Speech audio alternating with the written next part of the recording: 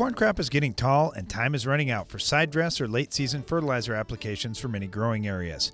If you're still planning to get out there with fertilizer on your farm, or you're thinking about a later season fertility application for next year, here's one big consideration you should have regardless of the crop that you're raising. I'll discuss it in today's Iron Talk. If previous generations on your farm had access to the equipment that you have today, chances are they would have done things a lot differently. Case in point, there's some great equipment available for late application of fertilizer in crops. Also, satellite imagery, drones, and plant tissue testing are becoming more widely used all the time, so the awareness is growing as to what nutrients our crops need and what they may be short in.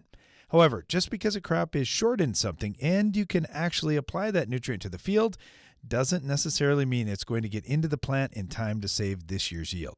One great example lies with potassium fertilization.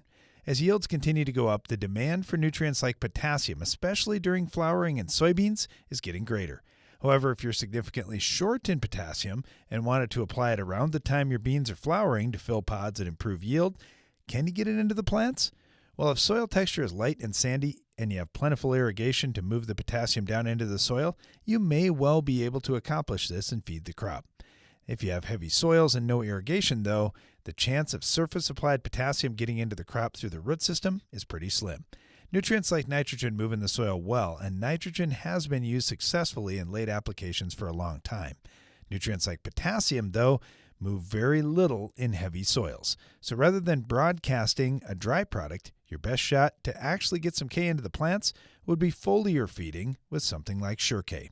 Again, if you want to push additional nutrition into your crops later in the season, there are some great ways to get fertilizer out there that previous generations of farmers never had access to. Just check with a knowledgeable agronomist about which types of fertilizer could actually help your crop this year.